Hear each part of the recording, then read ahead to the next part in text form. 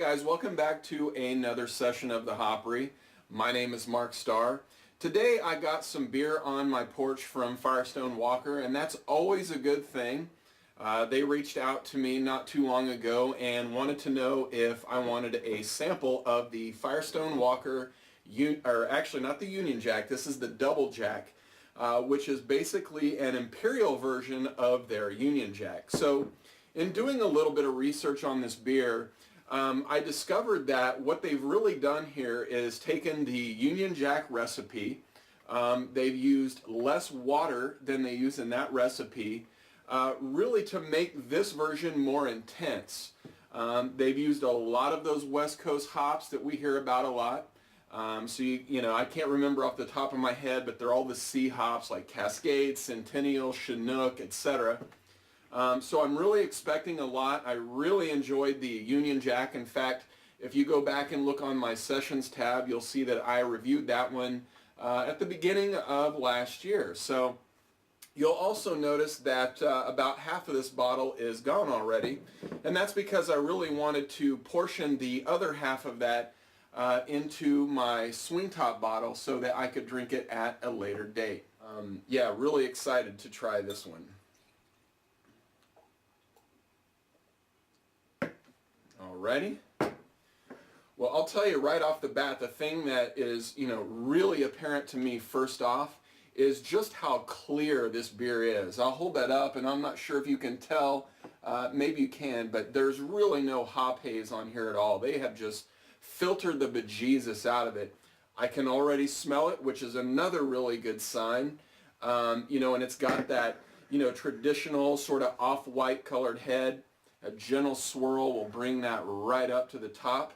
But yeah, just an amazing looking beer. Really got that West Coast appearance where it's, the lighter golden orange color, but not approaching, too dark of an orange. But really, I think honey is probably the best way to describe it. But let's go ahead and get the nostrils down in there and investigate a little bit further.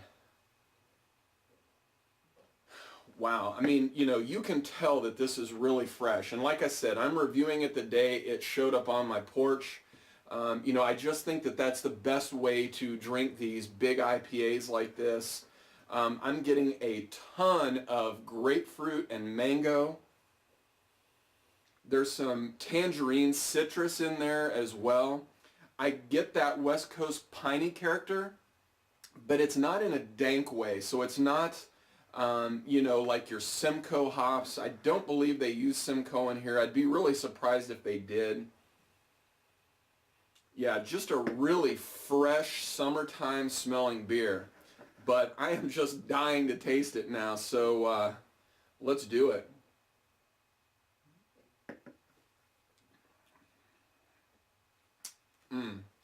So I can tell you that this really does taste a lot like the regular Union Jack.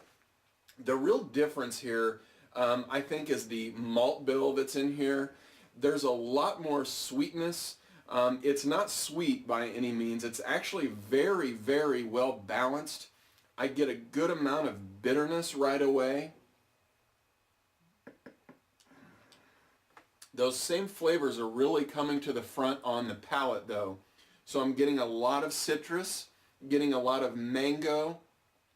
Even a little touch of like over-ripened pineapple, which when you can get even pineapple or over-ripened pineapple in an IPA, man, those are just some of my favorite types. So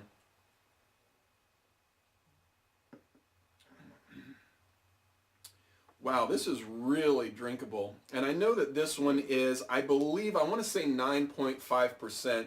They don't actually list it here on the bottle, but they do call out that it's part of their reserve series. So, I think really, from what I've been able to gather as well, this one's going to see a lot more distribution than a lot of their beers do. In fact, I'm really excited to have read that it's coming to Kansas and Missouri by the end of this year. This is just a very, very amazing beer.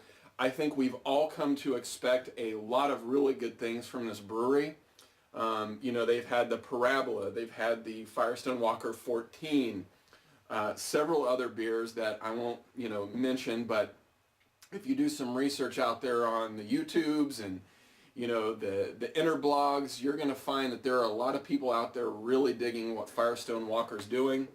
I myself am one of them, but really, I think this is just one of the better beers that I've had at the beginning of 2011, and I don't know what else to say except that I really, really like it, and think you will too. So, well, guys, I really appreciate you guys coming back, and my name is Mark Starr.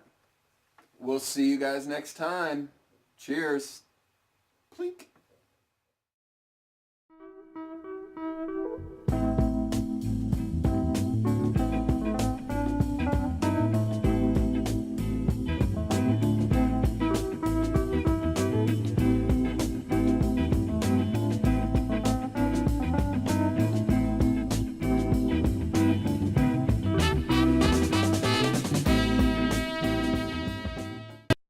Hey guys, real quick. So I was sitting here after the review and I was kind of working my way through the rest of this bottle. And the one thing that I don't think I really called out in my review enough was just how insanely well balanced this beer is. The bitterness and the sweetness and all of those flavors really, they are just right there together. And, for me, that is one of the things that really makes me want to mark a beer even higher. So I really expect a good score on this one. This is just a very, very, very well-balanced beer. Something that, again, I think this brewery is really proving that they can do well. So anyway, that's it. We'll see you.